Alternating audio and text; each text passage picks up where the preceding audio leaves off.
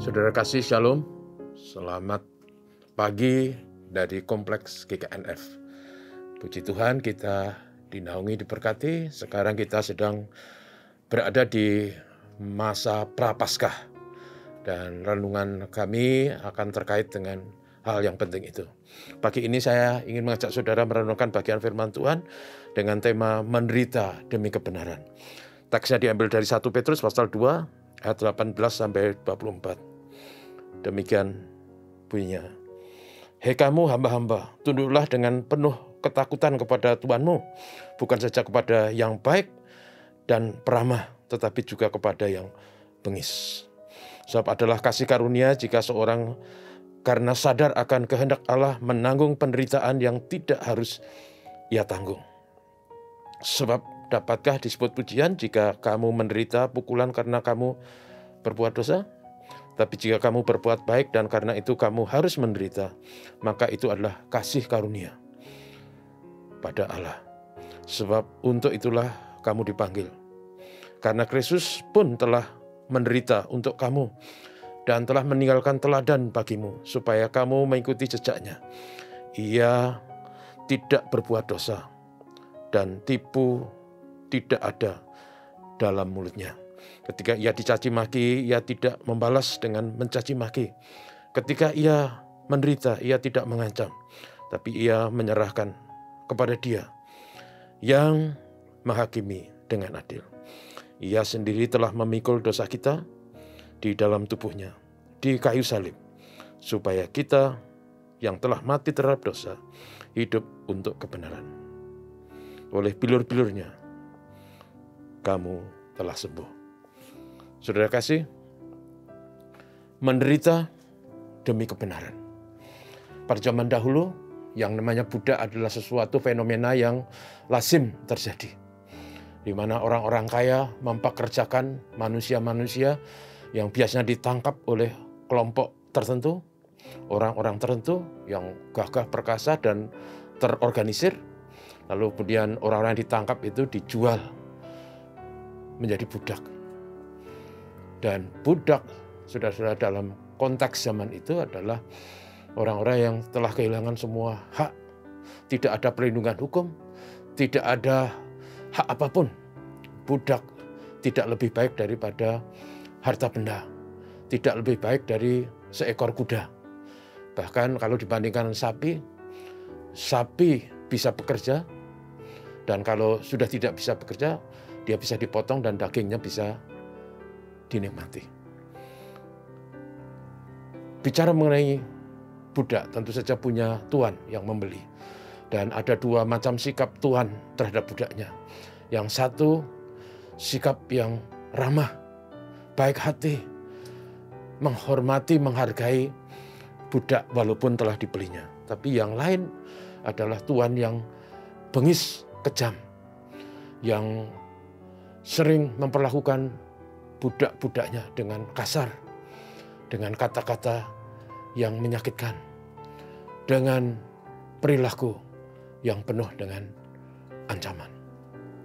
Kemudian teks kita yang tadi kita baca itu menjelaskan fenomena zaman itu.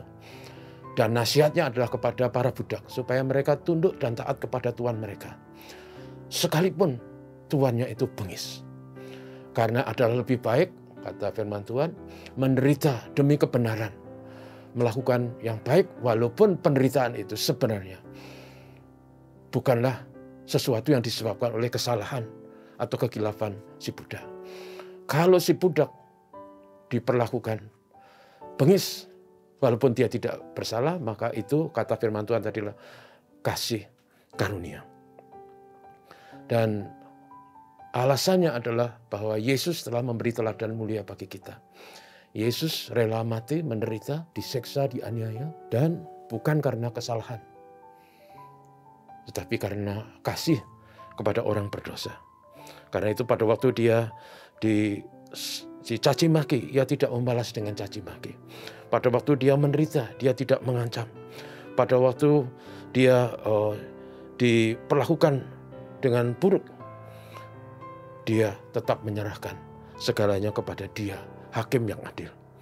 Sampai ia sendiri memikul dosa orang-orang durjana, orang-orang berdosa seperti kami semua, mati di kayu salib, supaya orang berdosa yang terancam oleh kematian karena upah dosa beroleh hidup yang kekal.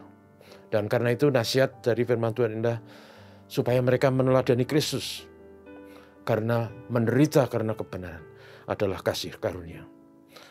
Kehormatan di hadapan Tuhan, menderita mengikuti teladan Tuhan. Menurut saya, di masa prapaskah ini, kita layak merenungkan hal ini. Jangan kita mengeluh kalau kita menderita. Walaupun penderitaan itu disebabkan bukan oleh kita. Inilah yang namanya pengorbanan. Pengorbanan adalah suatu kerelaan membayar harga, menderita, walaupun itu bukan oleh kesalahan kita. Mengalah dalam filosofi Jawa tidak berarti kalah. Filosofi Jawa malah dikatakan mengalah dhuwur wekasane. Pada waktu orang mengalah, dia akan dibela oleh Tuhan yang Maha Tinggi. Jadi saudaraku, menderita demi kebenaran adalah kehormatan di hadapan Tuhan.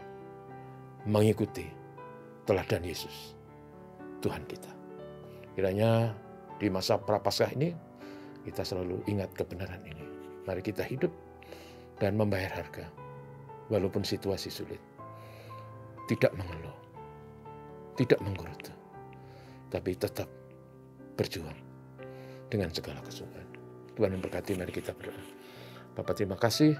Hari ini kami belajar dari teladan Kristus yang diaplikasikan kepada para budak, orang-orang yang hidup dengan segala kesusahan dan penderitaan.